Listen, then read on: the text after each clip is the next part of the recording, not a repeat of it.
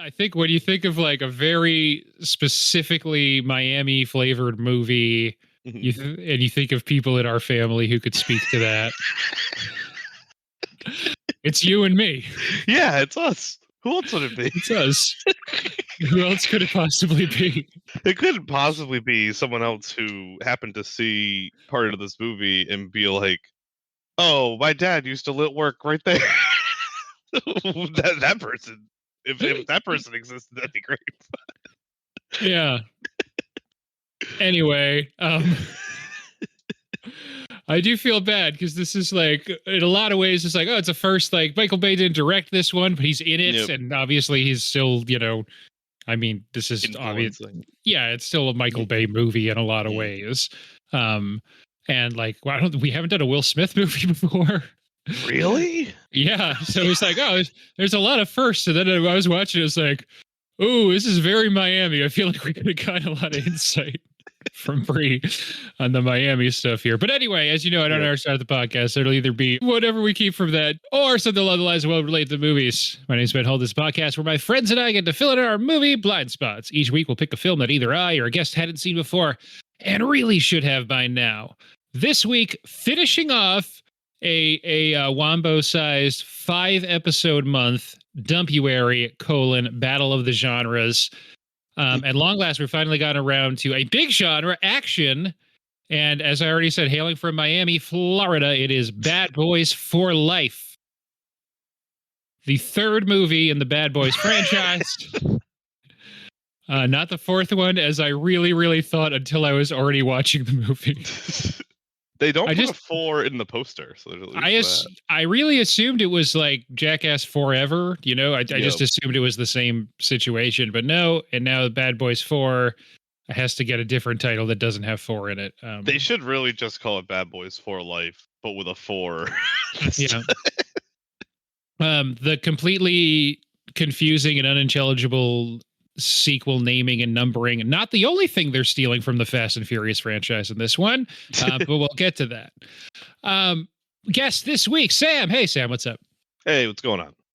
Not too much. We're on Discord, so Craig's also here, but he hasn't said anything yet in all the times we've used him. So I'm really hoping. I'd love to have a 3-man pod, Craig, just ripping into cinematography. I know. I just so this is also our first ever morning recording. It is pre 10 a.m. I just started drinking coffee. I jumped out of bed at 9:25. The camera spun around me 360 degrees, and I ran to my computer. Almost same. I woke up at like 9:15. Yeah. I looked at my phone for like 10 minutes. I looked at Discord. I was like, oh, he's not online. And then I looked like at my phone for 5 more minutes. I'm like, oh shit, it's now. Yeah, it's done. But I think I'd be terrified if Craig started speaking, to be completely honest. Well, it'd be like a real what was that? What was that like Skype horror movie? I never watched Hosts? it, but that guy, I mean, maybe there was more than one. There's about 6 movies named Host, and then I think there's also about 6 Skype or Zoom horror. Oh yeah, that's the day. Yep. So that makes much more sense. That was. You'd think that it's the one that I was referencing. I was referencing the one that came out in like 2012. Oh, okay. Got you. They're on like some kind of Skype or something, all talking about someone who had like killed herself after like a party of like, a lot of viral hazing and bullying. And she comes in like as a ghost and just kills everybody, like starts talking and starts killing everybody. Is that Unfriended? Unfriended, maybe? I think is correct. Yeah. The only reason I even think about it is because one of the guys on Dropout, which we've mentioned before in this, that we've been watching a lot of, was in that movie. Cool. Yeah. So there you go. This can go easily into, before we get into the movie, what have you watched recently? I finished the first 2 seasons of Fantasy High on Dropout for Dimension 20, and now I can start watching the season that just started coming out. Nice. Bree has watched both of those. Bree's been watching, with me studying, Bree's been watching much more of like the long form stuff. Yeah. We've been mostly watching like Game Changer and Make Some Noise Together, which are all really good. If anyone likes like millennials doing comedy, dumb stuff, great place for that for $6 a month. Yeah. There's a lot of content. There's so much content there. The value for money proposition is pretty solid with them. Yeah. We've seen two movies. I'll let Bree speak for herself the next pod she's on, which will be next Sure. month. Okay. But I'll speak for my side. She can speak for her side later. We saw Poor Things in theaters. Nice. I don't know if Mike Voss had seen it and talked about it on his I pod. believe he did. I think he Yeah, did. that makes sense. I think we saw it with him. I think we saw it with him like before he came on.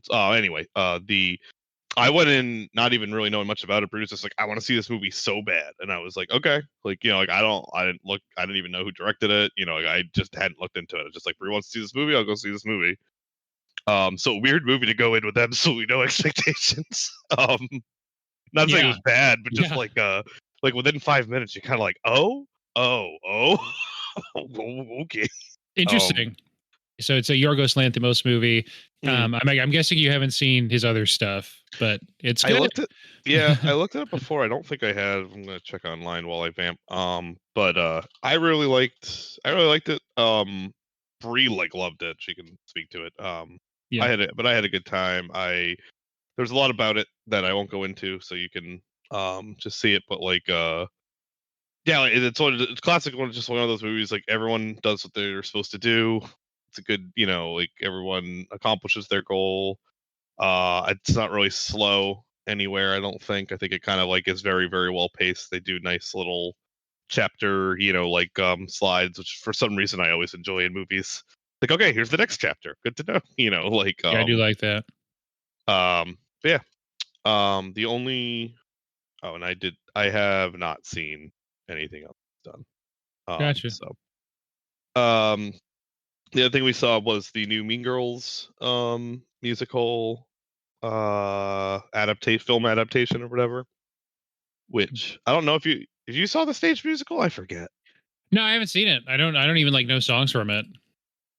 Yeah, so Bree had listened to the cast recording, I think a year or two before. It went to PPAC on a travel show, and we got some pretty nice tickets. We're usually mez and balcony folks, but we were like, we'll get orchestra for this.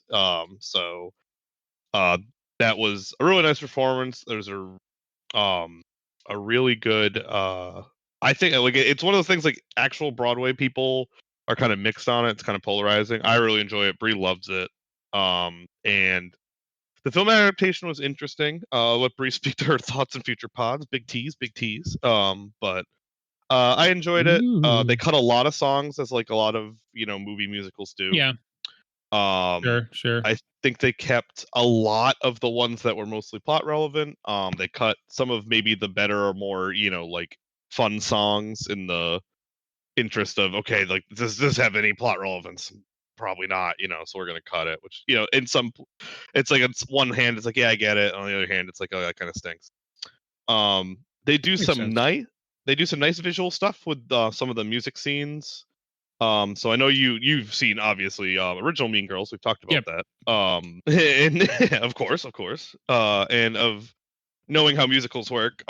In the scene where they're at the party and Regina kisses Aaron Samuels, as you can imagine, that's a song, because in musicals you sing when the big things are happening. And the way they do that scene is very good. They kind of turn everyone into almost like a stop motion puppet thing, from the standpoint, not a puppet, no one turns into puppets, but like everyone's kind of like still dancing, but they're stopping, and Regina's moving everybody, like, to signify that, like, Regina has control of this whole situation.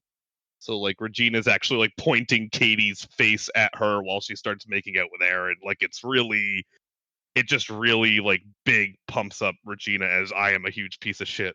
Like, and I Okay. know what I'm doing. Yeah. um and it's a very well done scene. I don't think, unfortunately, any other of the songs really match to that.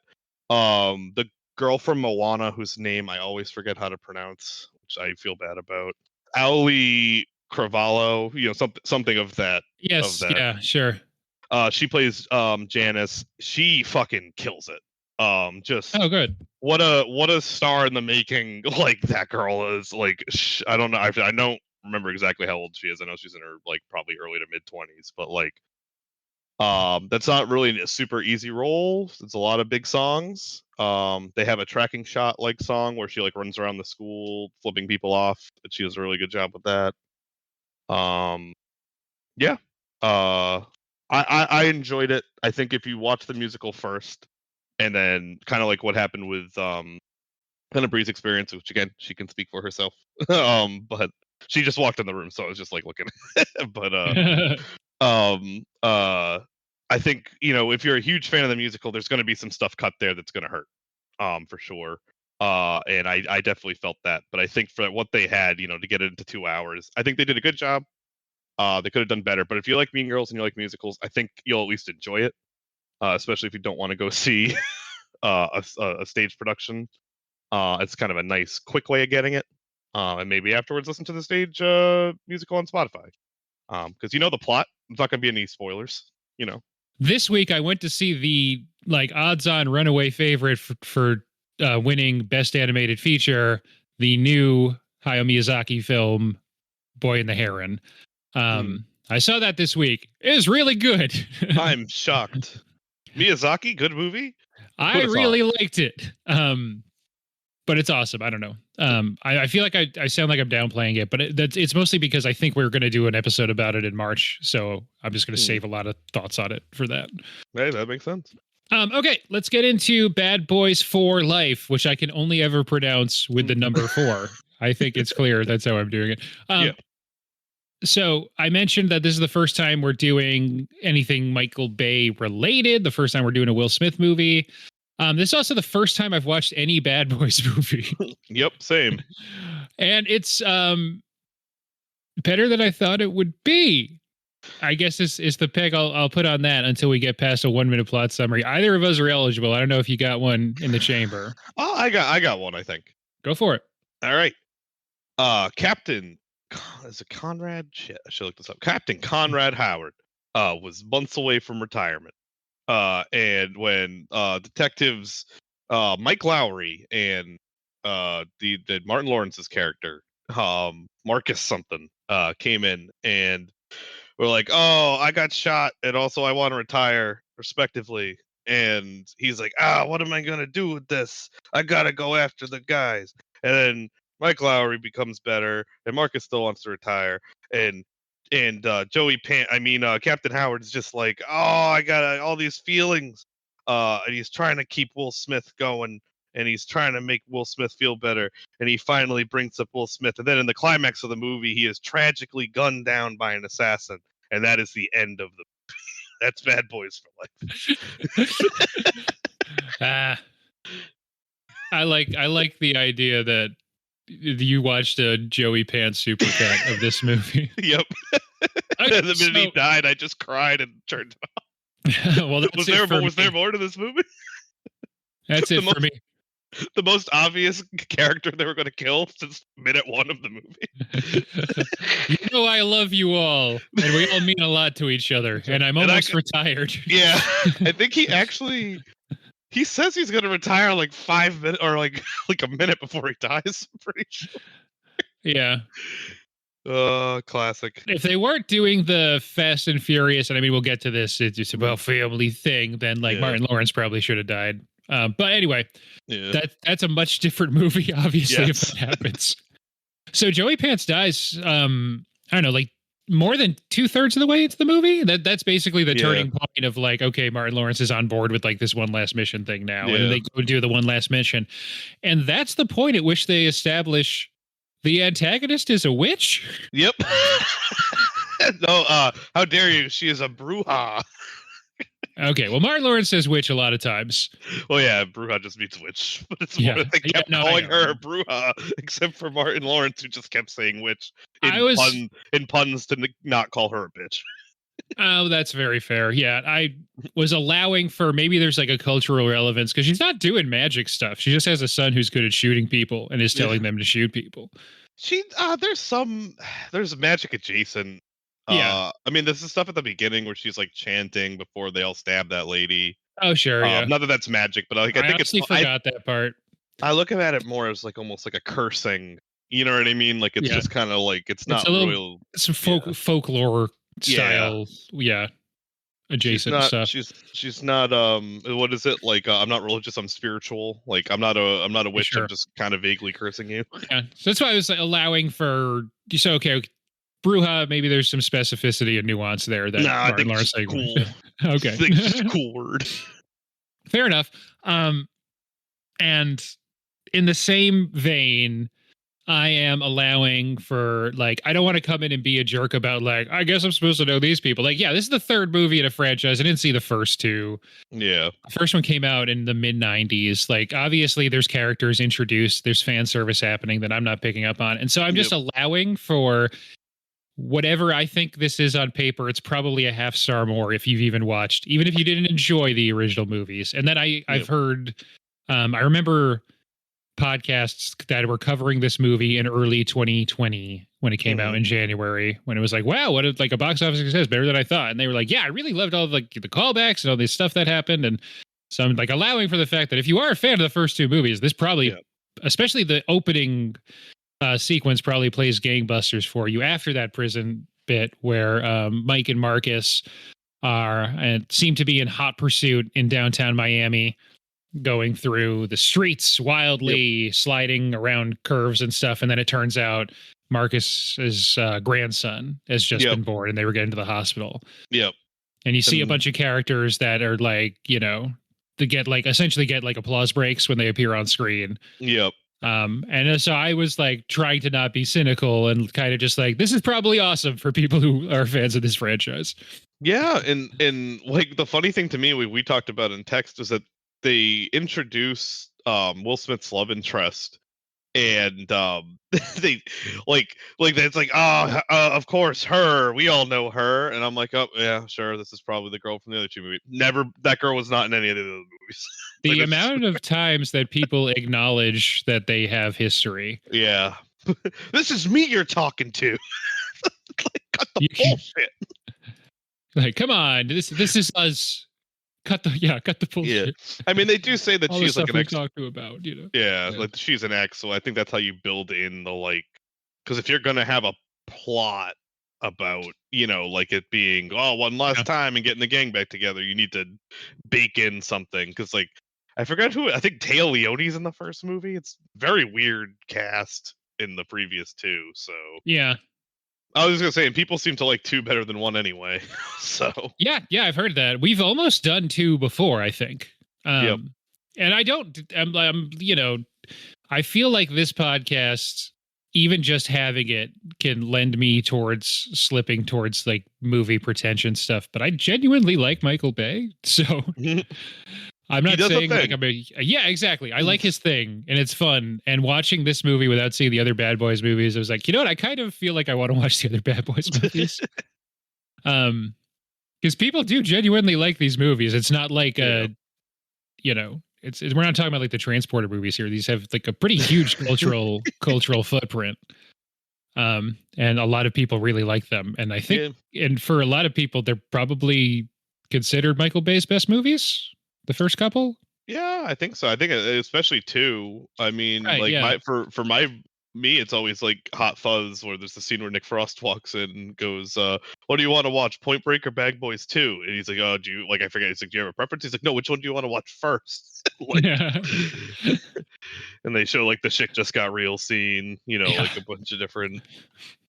So yeah, they seem fun. I wouldn't mind watching them at some point. Yeah. But yeah, not this like one rushing to do it, but I think I will at some point. I agree with you. For a movie that I didn't know shit about the series and all the fan service and like nostalgia was lost on me, I was still like, yeah, this is still a good, nice little action comedy. 1, 2, you know, acts 1, 2, 3 kind of flows, doesn't linger. Yeah. So this movie far and away the number one at the domestic box office in 2020. Yep. And we don't have to look into that. It just killed it, and there was it killed it. No one else just stood up. And that's every other movie's fault, really. It's kind of, I mean, yes, but it is kind of insane. So it comes out January 17th. So it essentially mid-March is shut down. Mm-hmm. Before that, people stopped going to movies. But let's like, if you say 2 months, it has over 200 million domestic. I think over 400 million worldwide. That's kind of crazy. Yeah, and I like it's funny because like it's hard to put myself back in the memory of what I was doing in like I had just started a new job in February of 2020, so it's like a little easier for me to do it like work wise, but like personal life wise. But like I do remember active complaints about people just being like in that or like time period, just being like, "There's no like fucking movies right now." Like, and because I remember there was a lot of conversation about like it's like what there's no like there's just so nothing besides Bad Boys. And then once the pandemic started hitting, um it was kind of like oh nothing else is going to come out, so it's just going to be Bad Boys sitting there and nothing else for like Yeah. a month. Yeah, but I mean, over 200 million in the US, over 200 million worldwide. That's pretty Yeah. insane for like really 2 months of work. And proof of like it's crazy to think of like it's a recent Will Smith movie, but pre slapping Chris Rock at the Oscars. Mhm. And it's just like, yeah, like actual movie stars in action movies. Like, yeah, that Yep. could still make a lot of money. It doesn't feel like it anymore. So No. it's just crazy. And then so before we get into the plot, one other contextual thing I saw, we already mentioned, not directed by Michael Bay. This is an Adil and Bilall film. That's Adil El Arbi and Bilall Fallah. And I was wondering why those guys sounded familiar because I was like, I don't feel like I've seen anything by them. And in fact, the movie I was thinking of, no one's ever seen because it was the Batgirl movie that David Zaslav threw in a well somewhere. Oh, That was rip that girl movie. yeah, that was supposed to be part of Brendan Fraser's big comeback push. Also, um, I wanted to see that movie. Yeah. Anyway, yeah, so that's these guys. And yeah, I think they walk a pretty good line of I'm assuming fan service and then also Michael Bay fan service because they're doing a lot of Michael Bay stuff, but it's not. Yep. It doesn't ever feel like it goes into self parody. I don't think. No. They only do the 360 shot thing like once or twice. Yep. So, which I mean, like I think anyone would be tempted to just keep doing that. Yeah. It always works. I don't know. It's cool. It is a fun shot. I mean, it's like it's at least it's like I'm sure it doesn't take a ton of production value. Unlike I don't want to go into a whole other thing, but like that time that episode of Sherlock did the Matrix thing for no reason. Right. It just spent a whole day like doing an extremely expensive shot for no payoff. Well, a lot of no payoff in that whole Yeah. thing. We don't have to go into that. It goes off the rails. There's it's fine. No one else has to talk about it. H Bomber guy did like a 3-hour video about yeah, just go watch theories. that. So that is where I learned about it. So there you go. Yep. But it starts okay. It just gets so British, that Sherlock series. They just have such bad taste. I don't know what to tell you. Like, yeah, it's the food. It's the food. It is. So this movie, though. Yeah, so I was gonna say, speaking of the most English people of all time, I love that one of the major like plot points of this movie is that Will Smith and the Bruja have a bad like a unintelligibly Spanish phrase of "hasta el fuego," and saying that Will Smith is like, "That's not even real Spanish." He has to know what it means. Yeah, it's absolute gobbledygook. There's no way he would know that. There's no way the last thing he would say to me before he shot me would be this phrase that doesn't matter or doesn't exist. Yeah. I get, it ended up making sense because, and I do appreciate that they not only acknowledge that it's complete nonsense, but also that it was plot relevant that it was complete nonsense. Yep. Well done. And it also allowed Martin Lawrence to say fuego as a joke, like, what, 8 times? Yeah. Guys, it's getting a little fuego in here, or whatever. Yeah. The, speaking of, I mean, the writers on this, so Peter Craig, who wrote The Town and The Batman and The Top Gun Maverick. The Top Gun. Joe Carnahan, also a credited writer on this, Smoking Aces. I think the A-Team remake. The Gray, which we almost did for this slot. Can't get away from Carnahan. Yeah, Chris Bremner also in there. And yeah, so I texted you pretty early into the movie. I eventually accepted this as a character choice, but Martin Yep. Lawrence sounds like his mouth is full of molasses in a really weird way. It feels, the more I've thought about it, the more it's like he has to have had like a friend or family member or something that talked like this. That he's like, like I feel like my character from the '90s would be like this guy now or something. Yeah. So that's another thing that eventually I just had to be like, you know what? I haven't seen the first two movies. Maybe he's been doing this the whole time. Yeah, maybe it does. It feels It's like very strange. Yeah, what I texted Ben back was like it feels like he's 70 years old. And like Yes. I know that he's like 50 something. Like it's not like he's like super far away from that, but like Yeah. he sounds like he doesn't look like the oldest man alive, but he sounds like just Yeah. like there's something going on that he's lost like 8 steps. Maybe his character backstory, and I mean, and his thing is he does want to retire right at the start of the movie.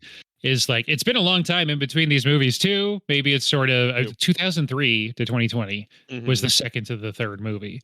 Maybe his like actor's secret is this guy's been shot a bunch of times in between, and it hurts to talk. Yeah, and he doesn't want to do this anymore. Yeah, he doesn't want to do this anymore. He's in constant pain. And he comes through with his vocal stuff, but his timing is still where it's been, I think, and maybe your mileage varies. But it doesn't feel like comedically he's that different. So eventually, I was just like, I think this is just like what he's doing, and it's fun. Yeah. He was still good. Like he was obviously like he was leaned on a lot. I feel yes, very much so. I feel like they didn't really know what to do with Will Smith's character's story. So it just leaned a lot on, okay, like we're not sure if this is gonna work, so we're just gonna have Martin Lawrence just go, oh shit, like 8 times and see if that works out in the scene. They try to, so he does retire, and then okay, so plot wise, Mike, who is Will Smith, gets shot pretty early into the movie by a blacked out, they refer to it as a blacked out motorcycle a bunch of times. Guys wearing, completely tinted face shield. You can't see who it is. And then he's in the hospital.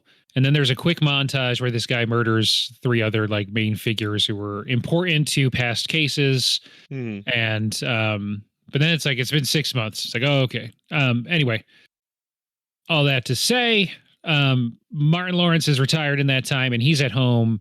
Mike like won't give up the job, forces his way onto this case, and then the way they kind of handle those guys being apart is during action scenes, they'll comedically cut to Martin Lawrence like watching TV on a couch. Yep. And like even when he gets involved, it's like a lot of him not wanting to hurt anybody or do anything. He made a promise to God.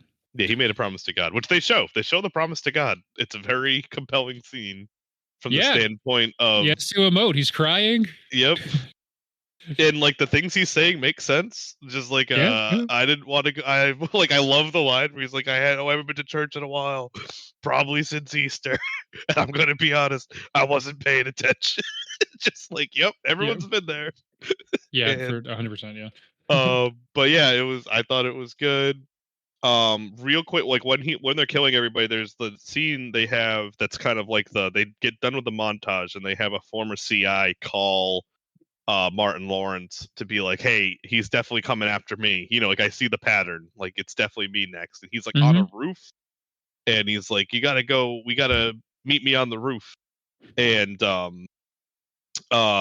Martin Lawrence and Will Smith are driving there, and they're driving slow, and there's a bunch of back and forth about how slow he's driving and how he's driving a Nissan Quest, which is a very good joke when they break at a light and Will Smith's trying to hide, and Martin Lawrence goes out like the window and says, like, hey, look, it's Mike Lowry and he's in a Nissan Quest. It's a good bit. And then they promptly get out of the car. They walk like towards the camera with the car in the background, like 5 steps, and the dude's body just lands on the car. And I think it's Martin Lawrence that's like, that better have been a safe. Or he said something else. I don't remember what it is. But I really, really enjoyed that bit. I had to I rewind the joke between me and Bree is like there's some that I say I gotta have that again, where I just pause it and go back like 10 seconds. And it's just like, oh, that was too good. I know bits like that have happened before. Like, and there is like Sure. a little trope, if you will, of that kind of like, like you're seeing the background, they're not seeing it yet, slow reaction. But just with all the pressure being on that, all the dunking on the quest, and then the payoff of that, and them knowing exactly what happened, but getting off their one liner Yep. first. And then the visual gag of them driving away from it in the like blood-covered, Yeah. crushed Nissan Quest, having to crouch down under the crushed ceiling. Yep. It's a good. That whole thing worked really well for me. Yep. Yeah. And that's kind of the interesting thing to me. I feel like when this movie is being an action movie, while I don't think the action scenes are bad by any case, I think it's like I think the plot is kind of missing. I think all the Hardo Will Smith moments are kind of dumb, but I think the Will Smith Yeah. in action elements are good and the comedy elements are good. And it's like I feel like they could have gone, and maybe this is just me, like I feel like they could have gone a little softer on the story and it would have been fine. I feel like they Yeah. tried to go big for some reason and it went real big. As And it, yeah, I was gonna say, as the movie goes on, it becomes clear like what they're trying to do is a lot yeah. more ambitious than just cash in, because Mhm. it's not really a buddy cop movie because they're No. apart for a lot of the action of the movie. And like opposed. yeah, Like and they opposed. are, yeah. And not like in a jokey way, like these guys have like legitimately hurt each other's feelings kind of way. Yeah. And like you said, Will Smith doing the Hardo thing, like he's not having a good time most of the movie. He gets some like Will Smith kind of like scampish one-liners, but like in the sense that he's being a dick, not like he's being like in a buddy cop having jokes with his friends kind of way. Yeah. And he gets kind of I'm old, I can't believe y'all are using drones now. It's like, you were in the hospital for 6 months. You were still an active duty cop. You should be familiar with some of this technology. Yeah. Yeah. Like, what was he doing? Right. Yeah. He's just walking a beat, I guess. Mm-hmm. Very analog. Yep. But the big picture of what they're trying to do, and with the family stuff that gets woven in, especially later into the movie, is set this up for lots and lots of sequels in which these guys can get more and more into the background of the action, or at least Martin Lawrence in the next movie. It's not going to be that surprising if he's just like a consultant or whatever for the team that is in the last action sequence, because that's pretty much what he does in this movie. Yeah. And yeah, it's because they do draft in the bad guy at the end of this movie to be like on the team for the next movie. Like, if we want to talk about that now, I really fucking hate that. So well, like it's also that guy murdered a police captain and a judge. Like, you can't. Like, he's not getting out of jail early. I don't know what to tell you. No. Like, if anything, this should just be like absolving him of the death penalty. Yeah. This happens in video games constantly. It happens in movies a decent amount, and obviously the Fast and Furious movies probably most prominently. Yeah, they're Statham-ing him pretty much. It's just so stupid to me because you think about the amount of people who died, the amount of people who got shot, like in the ending sequence or any sequence before that are just dudes that are getting killed, that like theoretically, like if you break it down, obviously it is just a movie, these characters aren't real, but like, like that dude lived, a 30-40-year-old life, with choices and was a complex human being, and he just gets shot in the face by Will Smith in like 10 seconds. He doesn't get any redemption. He doesn't get any you don't even know what he's done. Maybe he got hired that day and he's just trying to feed his family and he doesn't know the intention. They kill all these fucking people, and then this guy who we know has been doing nothing but crime his whole life. And like, you can, he was his mother was well, she was a Bruja, Sam. Yeah, she was a Bruja. His mother was Bruja. It's tough when your mom's Bruja. You can't be bringing up Bruja or whatever. Growing up Bruja. Growing up Bruja. This summer on ABC. Bruja in law. I don't know. Anyway. Followed by Zuelo on some kind of I think you should. I think you should dance, which is actually a great. There we go. Anybody want to fire that one up? Go for it. What are you talking about? So I was trying to make a comment to Zuelo, the side drug dealer character that they have some big and I was like, oh, I'll come up with another show on the spot for what he would be a part of. And I was trying to think of like a dance or like even like a Wild and Out, like somewhere in that, and my brain just said, I think you should dance, which is Yeah, not the name of the show. it should I think be. I agree. conflated I think you should leave, which is obviously not that. Yeah. And there's some dance show definitely that's like, so you think you can dance? Is that what Bree's saying? So you think you can dance is a show. So just picture that guy coming on stage and he's just walking up to people in the crowd and being like, yeah, I think you should dance. I think you right there should dance. And that's a show. Yeah, you could get Nick Cannon to host that. Yeah, definitely get Nick Cannon. I want Suelo though. Give me Suelo. So Suelo, he read as somebody who probably is like a fairly famous person in other contexts. Yep. Anytime you get a guy who just sort of has like a look but doesn't say a lot of words in an action movie, Yep. I'm like, that guy's probably famous, and he is fairly famous. He's from Lawrence, Massachusetts. Yes, he's from Lawrence, Massachusetts. A lot of hits. Has worked with a lot of people I have heard of, though. Yep. Anyway, we're just reading Wikipedia now. So, Mike ends up. So the team that's investigating this, his ex is leading a team called Ammo, and Vanessa Hudgens is also there. Charles Melton, who did not just get nominated for an Oscar for May December, is also there. He's the guy who's kind of like a dick at first, but has a really strong jawline and gets them into that club, and then they're cool by the end of the movie. Yep. Then the big guy, who from a distance I thought was like, is that a young Skarsgård? But no. And he also kind of a couple times like feels like he's lilting into a Scandinavian accent, but I don't think he is. I saw that dude, and like the whole time I was like, I 100% know this guy from something. I just hadn't looked it up yet, and I was like, oh god, and like I was like, it was kind of the same thing as you. It was like Sarsgaard. Is this just Billy Magnuson, and I haven't seen him in a while? Like, is this what happened to Magnuson? Yeah, that guy's. It's the guy from Hunger Games. Yeah, he starred on the Viking show, which very much plays for me. Which I would know if I had watched that, because that show went on for a long time. Yep.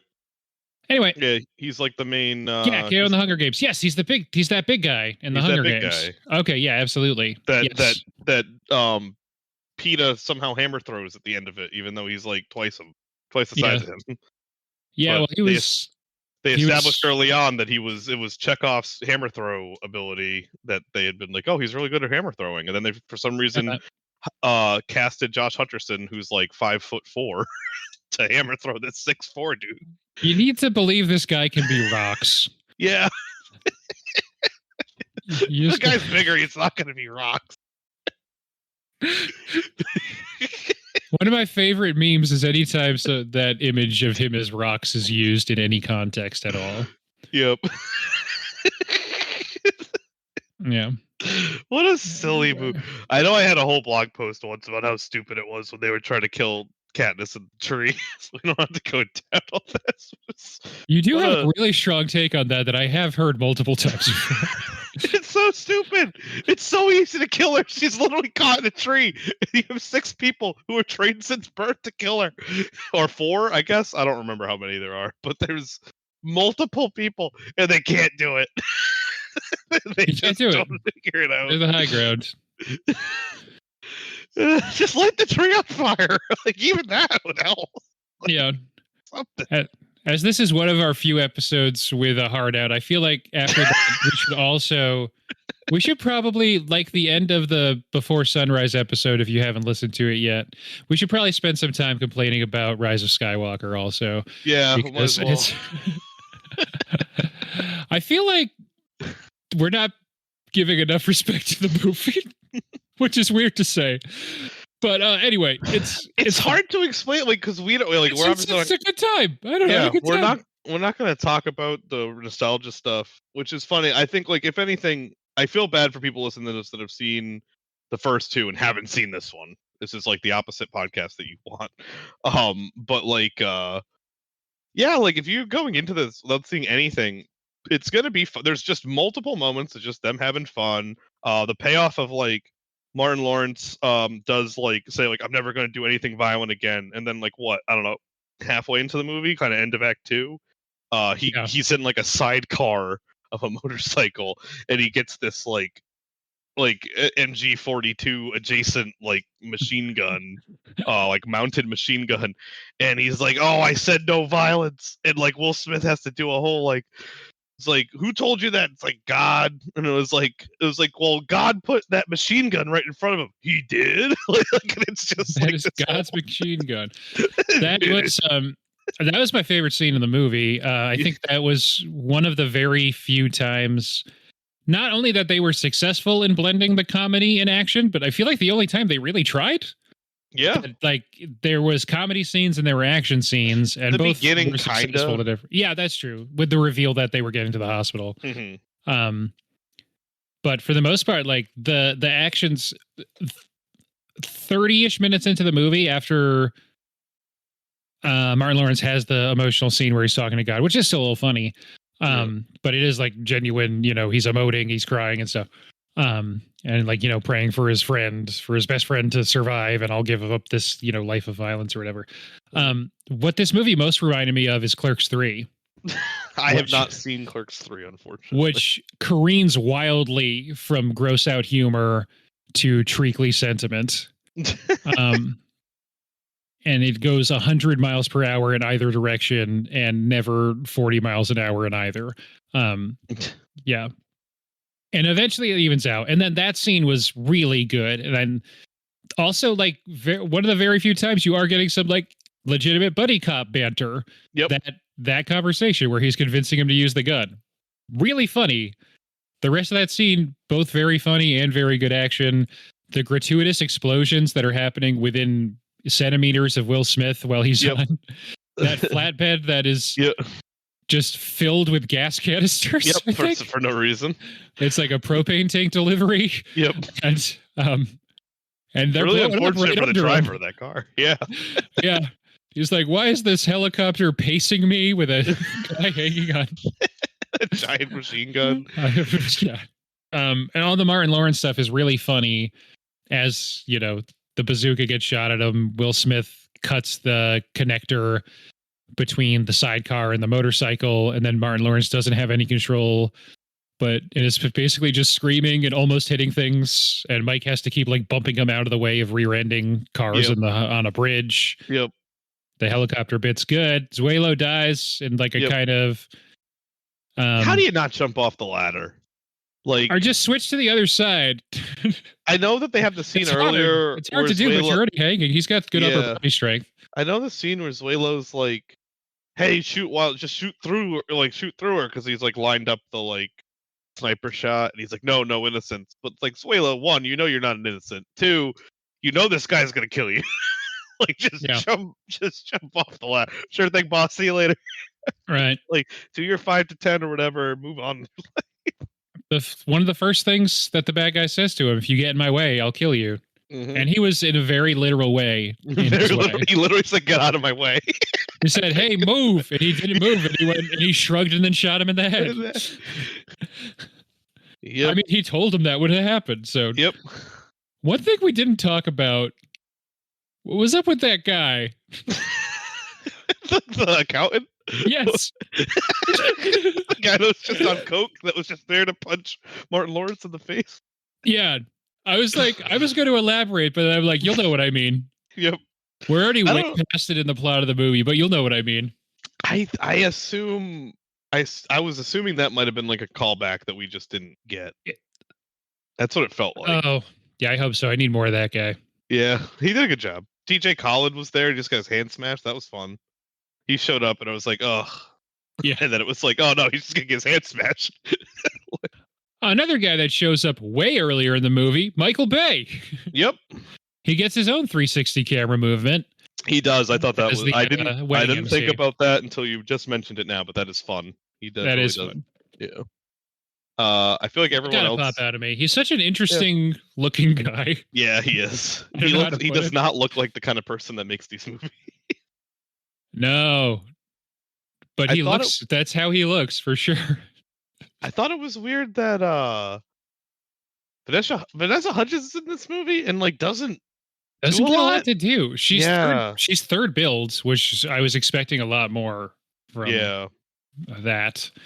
But I guess she is the next most famous person. Yeah. Besides Joey Pants, who surely got the and, you know, like he has to get an and. He has to get an and. I don't know why, but it's just it's contractual, I guess, is why. But I don't know. We didn't talk about Joey Pants much. I mean, he's doing Joey Pants stuff. Like he's great. That guy's entire career. I told like when he came up for Bree, which like me and Bree have seen him in movies, but I was just like I heard his voice. I was like, is that Joey Pants? And then I said to Bree was like in the or was like in the room at that point, and I said something like, this guy does two things. He's either a cop and he's really like frustrated about it, or he's running from the cops and he's just really frustrated about it. Like there's nothing in between. He's like a put upon middle manager type, even though we never meet like his boss, but a lot of times he's like, if you fuck this up for me, I'll be in a shitstorm. And he's like rubbing his stomach and like drinking Tums nonstop. Yeah. Drink Tums? Tums is shot was so good. Yeah, that's grips and rips. Yeah, grips and rips. I never noticed that other names listed on his Wikipedia officially is Joey Pants. Good for him. Yeah. So yeah, we have done Joe Pants before because of the Matrix. I think that's probably it. You guys do Midnight Run? No, not Midnight Run yet. We haven't done any Grodin. Yeah. Have you seen Midnight Run? I actually haven't. That's one that's one that's absolutely saving for whatever you. I'm gonna dibs that one right now. Me, you, Bree, Vaz, Midnight Run at some point. Love it. Yeah, there's movies like that that's like I'm gonna enjoy that, but I'm gonna like it's not timely necessarily to watch. I guess when Grodin died pretty recently might have been the time, but anyway, a lot of other people still alive in that movie. I think it's Grodin unfortunately has passed, and oh god, I can't think of this is a terrible comp to tell you who this is. But Dennis Farina, is that his name? I was gonna say Jake Johnson's dad in New Girl. It's the only thing in my head. Dennis Farina. Yeah. Oh, he's in Snatch too. So I do want to talk more about that, but we got to talk. We have 20 minutes to talk about how the fact that they roped this into the main bad guy being his son. That comes a little later. So it turns out the Bruja. So this scene that we're talking about on the bridge with the helicopter, Mike's hanging on to the ladder. This is when he says "Hasta el fuego" to him. Yep. Yeah. And that's how he knows. We mentioned before. That's how he knows. That's the plot point. This has to be about Isabella. Yeah. And so he like runs some background hacking with the big muscle dude. And it turns out, yes, it is Isabella. He texts her that. She texts back. And they set up a time to meet. And this paramilitary force based in Miami just goes to Mexico and kills like 50 people. Yep. 100%. You can't do that. 100%. That's the short version of the rest of the movie. But they go to Mexico City. He knows a guy there. He like shakes his hand. And the guy's like, come this way. That guy doesn't have any lines. Yep. The bit on the plane's funny when they keep switching chairs with the guy who's very uncomfortable. That is a very good. I feel like they had that one in the chamber for like 17 years and they've just been waiting. It's like a really traumatic moment when Mike is like, I'm pretty sure that's my son. And the amount of times Martin Lawrence asks him, why'd you fuck a witch without a condom? Would you fuck a witch without a condom? I also really try not to use like fruity language too much on this pod, but that's the quote. He says it a lot. Yeah, he says it. It's literally the after credits bit too. Yeah, it's the stinger. It's the stinger. It's the tag. And I also really do like their we live together, we die together. Like on a plane, and everyone looks at him. He goes, "Oh, I see how that. Yeah, no, in this context, I see how this." Yeah, he adapts it in that moment to "we fly together, we die together." That's right, we fly And then together. everyone's looking at him like, "Wait, why?" Oh, you're all pretty uncomfortable with me saying that. I'm sorry. Yeah. Yeah. It's good. So I think, you know, this is Martin Lawrence's first movie in a while at that point, and it's still funny. Yep. Yeah, he's still got the juice. I remember Blue Streak was on TV all the time growing up. I was a big Black Knight fan.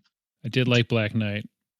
I have a very specific image of him in that like green football jersey and yeah, on a horse or something in armor. Anyway, we also have like a stinger for the genre thing too at the end, so we have to talk about boy, okay. So they meet up.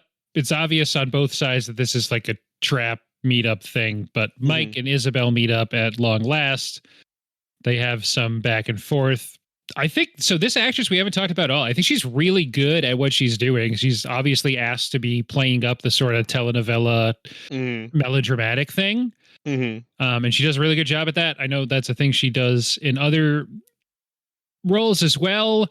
And you know what else she does? What like her main pull in my head was? Like the other thing I know her from? I don't think I knew her from anything.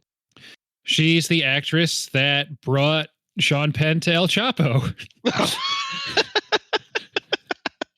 I definitely didn't see that. She has most of her personal life section on Wikipedia is about El Chapo. And I guess she's tight with Sean Penn. Anyway. Wow. Okay. So you can follow this up with this actress, Kate Del Castillo. On Netflix now, you can watch The Day I Met El Chapo, the Kate Del Castillo story. So that's her thing. Yep. Hey, good for her. Good to have a thing. Good to have a thing. Yep. So yeah, also good in this movie. Sane, active. Yep. You know, it's good to have a well-rounded hobbies. You gotta keep moving. You gotta keep moving. I don't know a lot more about that. I'd be talking out my ass if I did, but that is a thing. Same. That was all of a sudden everyone was talking about Sean Penn and El Chapo, and so this is the lady who made that happen. Yep. And she's good here. Not a bad payoff. Does a good job. So they meet up. It breaks bad pretty much immediately. They cut comms to the ammo team who's shown up. Could you guess for me right now what ammo stands for? Armed. Mm-hmm. I'm just gonna let you go and then I'll tell you. The two M's is tough. Yep. And I'm sure one of them isn't militaristic. To the fans out there, ammo is the name of their like fake SWAT division. So it's a acronym that was mentioned once in past. I guess never talked about again. Yeah. I had to look it up. I didn't remember. I can just tell you for the sake of please time. Do. It is the Advanced Miami Metro Operations. That is. Oh, okay. That is a forced. That is so forced. That is forced. Anyway, sorry. There's only like 5 people on this team. Yeah. Maybe 4, actually. I mean, yeah, because there's Charles Melton, the X, Vanessa Hudgens, and the Muscle Boy. Yep, that's it. Yeah, that's the only name he ever gets. He gets a great moment here where they get to make fun of therapy because these guys are boomers. Yeah. Like, I'm not going to therapy. Yeah. But before this fight really starts kicking off, they almost get to talk a little bit, but they don't really. They bring in Martin Lawrence. There's gun to his head. The team comes in. Firefight. Yep. They do say to the muscle hacker guy, like, you got to actually fight some stuff. And Will Smith says he'll cover therapy for you when you get back. And he's like, good, because I'll need it. I'll need it. And then he does some cool action movies, action star stuff during the fight, which is nice. I like when he tackles the building. Yes. Tackled the hell out of that building. He really did. They end up on this. Yeah, we're kind of Cliff's noting the rest of this, but it's a pretty good action scene. It's a good firefight. I thought maybe I just wasn't paying attention well enough. I thought the 2 main bad guys had gotten into that helicopter that Martin Lawrence takes down. I didn't think that, but yeah. The helicopter just kind of shows up nearby, and they don't get in it. And then there's a tete-a-tete. Will Smith's like, "You're my son," and then he's all conflicted. And then his mom's like, "Yeah, sure, but it doesn't matter." And she tries to shoot him, but the dude steps in the way. She shoots her own son. And then she gets blown the fuck away. Yeah, she gets shot and then thrown onto a flaming helicopter. It's real bad. Yeah, after falling like 50 feet. Yeah, and then landing right on the middle of her back. So speaking of people who need therapy, there is some unresolved shit for sure with her and her son.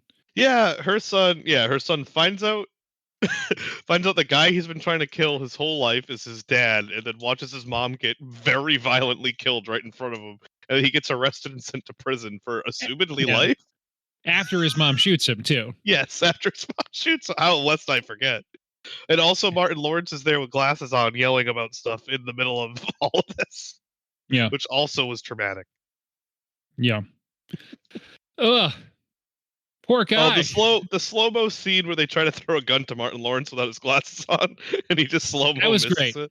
That was also great. That was the other moment I was going to pull out for like a good blend of action and comedy, because music's like epic and stuff. Yeah. He's not even close. He's not even close. And then he puts his glasses on and immediately snipes somebody from like 100 feet away in a helicopter. Yeah. Which was with like not with a precision weapon either. No. He has like a grenade launcher. Yeah. But yeah. Good stuff. And then the epilogue is the ex gets. I just forgot the character's name, and I'm sorry. I don't remember it either. I'm not trying to find this strong woman in relationship to her relationships with the men in her life. But I did have to look it up. It is Rita. Yeah, she's captain now, taking over for Joe Pants, and everyone's happy. Mike and Marcus are refusing to go to therapy. Yeah, they get stuck with a baby. There's the stinger of him showing up at the jail cell where we said that the actor who's playing the bad guy, Jacob Scipio, he's really good in this too. I thought he was good. He's British. That threw me off. Marie kept saying he's speaking Spanish in a weird way that doesn't sound natural, but like he knows Spanish, but he's not speaking like someone would normally speak Spanish. And it's like, oh, he's British. He's doing an accent. He's tripping over his own words. Yeah. So he's like, I'm putting together a team, and Nick Fury shows up. We need to make more of these, and Martin Lawrence can't run anymore, so I'm going to need you to be in this next movie. Yep. And he's like, I'm into it. Credits. It's either that or I stay in jail forever. Yeah. It's like, okay. They definitely have unresolved shit, too. They need to talk about. Yep. Anyway. He did a good job. It'll be nice, and maybe he can get a nice little star turn for that guy. Yeah. Just a lot of it's tough. I mean, you feel bad so this ends up worldwide being the 4th highest grossing movie, but of American movies, the highest grossing movie in 2020. And you do feel bad for people who were in like a movie that made a ton of money, was super successful right before the pandemic, because if they got something off of that success, it's probably still not out. Yeah. And the momentum's tough to keep up. And then obviously other stuff happened with Will Smith's career. Yep. And I don't know. He was in more stuff this year, but it's a little quiet right now. We'll see. Yeah, he says, I think 7 years until he's allowed back at the Oscars. Which feels weird. Yeah. Well, you know what else felt weird? People who have won Oscars have done that aren't banned for 10 years officially. Yep. You know? God. Well, how about you try not slapping Chris Rock in the face? I don't know. That's just me. I think people overreacted. It was weird, and we all should have just been like, okay, something's going on here. It's not my business. Yeah. The new Bad Boys movie is the only movie he currently has in filming in as a Wikipedia. Maybe IMDb would have a couple more, but I think when we do like a 90s Will Smith movie, we'll do like the Will Smith corner. Yeah, because we didn't really during this episode, but it's also sort of like sometimes you do someone like it's fucking Will Smith. I don't need to explain that he was famous for these reasons. Yeah. Yep, that's true. Everyone listening to this knows who Will Smith is. Yeah. Big Willie style. Yep. Millennium. The film Wild Wild West. The millennium might be the oldest phrase ever now. Yeah. It's the oldest words anyone's ever put together. Yep. So. Yep. 8 minutes to do your thing.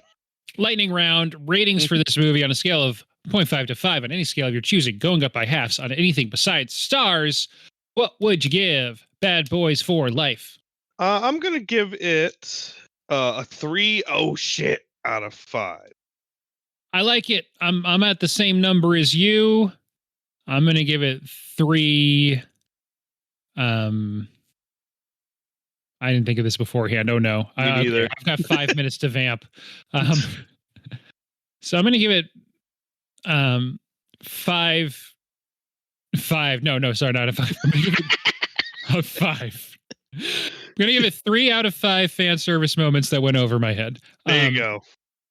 And that's fine. And that's not the movie's fault. That's my fault. And I do like Michael Bay. I'll go back and watch more of these things. Hand up for us. Yeah. Next month is Transformers month, so stay tuned for that. Next month's going to be rom-coms. Before we get there, though, it's still genres. Battle of the genres. This was action. Yep. 3-part question. The most parts ever, of course, for the least amount of time. What is your favorite genre? What genre do you wish they'd make more of? And what is your least favorite genre? You can take those in any order you want. No one's done it in the correct order I've laid out yet. So, my favorite genre tends to be comedy. So it just feels very. I like a comedy movie. They're easy. They're entertaining. I think that if you get like a really, really, really good comedy, it can be so transcendent. And I'm a big advocate of. I think the Oscars don't pay enough attention, or award shows in general don't pay enough attention to how hard comedy is. And you don't need serious moments for good acting. Good comedy acting is tough in its own ways, and especially if you're going to mix both genres as well, like every FX show that exists, that's also very tough to do. And just because stuff is funny, I remember Scott Aukerman on Comedy Bang Bang saying specifically that he thought that Bridesmaids was one of the best movies he's ever seen put together, and it shocks him that people weren't getting like acting awards and stuff for that movie because of the level of talent that had to happen. And it was kind of eye-opening to me as a person when he said that. I was like, oh yeah, that's true. And then it kind of like opened my eyes to like, yeah, like why aren't these people getting it is stuff? Really hard. And I mean, the latest example being Margot Robbie and Barbie, which maybe you wouldn't classify as a pure comedy. You probably wouldn't, but it is a very funny performance, and the level of difficulty on it is, I don't know, that's a really good performance. I don't know, guys. Really good performance. I mean, I guess Ryan Gosling got it, and that is more of the pure comedy role in that movie. So I don't know. It's weird that she's not in, but what was the second? I remember the third question. What was the second question? I mean, that might be a similar answer for you, but what genre do you wish they'd make more of? So definitely, I would love more pure comedies, because it's kind of a lost genre. But TV does a lot of comedy anyway, so that's like I can still get my fill there. I would like more. This sounds weird in the current climate. I would like more mystery, and like whodunit stuff. I know with like Glass Onion, like and all that. It's like, well, obviously that's a big thing happening now. It's like, yeah, I know, but I feel like if I was if I was born in like the 1940s, like or something, like besides all the horrible things happening, at least I'd be like crushing a bunch of like Sherlock Holmes serials or something, like or whatever, like which obviously still exist, but more just like I feel like whodunits and mystery as a genre was very, very huge in like the past century. I would love to see like that level of intrigue come back. Yeah. When we did Whodunit Month, we definitely struggled to do anything that's a pure whodunit that's recent, because Glass Onion and Knives Out before it, those are more deconstruction of the genre, right? Agreed. And then the other examples are Kenneth Branagh's Poirot series, but those are adaptations, remakes, if you want to say that, because those movies have been made before too. There's not just like an original straight mystery coming out, and that's not just a mystery genre thing. That's all genres. It's remakes. It's like a twist on it. It's a deconstruction. I guess like Bodies, kind of a whodunit, but also kind of a horror movie, right? Yeah. So which brings me directly into my third. My least favorite is horror, and that is nothing bad against the genre. I think the genre is very creative, and there's some really, really good horror movies in there. Bree's a huge horror fan. I'm too much of a scaredy cat, and it stinks. That's my own physical limitations. That's fine. I would say action's probably weirdly my second. I tend to find a lot of action stuff kind of boring, but in like a weird way. But like I don't know. It good action will still get me. Like I still love Die Hard. I'll watch Die Hard any day of it. Yeah, anything with like a comedy in it too that is well integrated. That's why like the scenes, the very few scenes in this movie where Will Smith and Martin Lawrence are doing action and having like a little bit of banter at the same time. You're like, oh yeah, that's what this thing can do. Yeah, like 21 Jump Street, 22 Jump Street, phenomenal. Right. Like, yeah. I don't think I'm forgetting anything. Those are the three that immediately jumped to mind. So I could be woefully over forgetting something, but yeah. I forget the full name that's on the building, but the visual gag during the golf cart chase in 22 Jump Street, where one of the buildings they're going past is like the Benjamin Hill School for like chasing or whatever. Yep. Also, Bree just said MacGruber. I haven't contractually obligated to mention MacGruber as an action comedy. And other guys too. Actually, 3 of my favorite movies are all action comedies. Yeah. But just straight action, yeah, it's sometimes tough to get into. It has to be like, and honestly, like John Wick 4, all the Donnie Yen stuff is like entertaining and pretty funny too. So, and again, it has to be like choreography style, like I don't know, super high level shit. When you're at peak of genre, it tends to transform anyway, like when it's almost like sports. Like you might not be into a sport, but like watching the national championship, or like you might not like soccer, but watching the World Cup's fun. Like if you're going to show me some of the best action movies of all time, I'm sure I'm going to love them. Like there's best horror movies. If I just can go to Where's the Jump, like I'm sure I'm going to like them. Yeah. I mentioned you earlier because horror's come up a lot. For the way we've been phrasing it isn't just like, what do you hate? It's like, what do you bounce off of what's hard for you to get into? And I mentioned Skinamarink and your feedback that like, people keep saying this is maybe the scariest movie ever. And it's only got like 2 entries on Where's the Jump. So this must be insane jump scares. Like, I can't even imagine. But I think both horror and action, even just pure horror, pure action that doesn't have, more stuff going on, from the sort of like the national championship standpoint, if you go to it opening night, packed theater, like that does elevate the experience too. If everyone's 100%. Like in there with you. All right. And I've never done that, but I'm sure. Yeah. Like I'm sure going to see like Get Out day one would have been great, and stuff. Oh man. Yeah, absolutely. All right. Well, that does it for this month. Next month is our second ever rom-com month, 2 years after the first one. Rom-coms strike back. And we already have a couple picked out. I just don't know which one's coming first, so I'm not going to tease it yet. But we will finally talk about Nick Cage and R.I.P. Norman Jewison. He just died. And Cher all in the same episode this month. So that really narrows it down. I wonder what that one is. A bunch of big figures we never talked about before. All right. I'm going to be late for my thing, but that's I'm sorry. And I love that we started this like, we got an hour and a half. We got plenty of time. We kind of killed it. It's good. All right. I'll let you go. Yeah. Thanks. You can get our stuff on Linktree, linktr.ee/late to the movies. Thanks, Craig. Thanks, Sam. See ya. Dun, dun, dun, dun, dun, dun. Bad boys for life. Bye.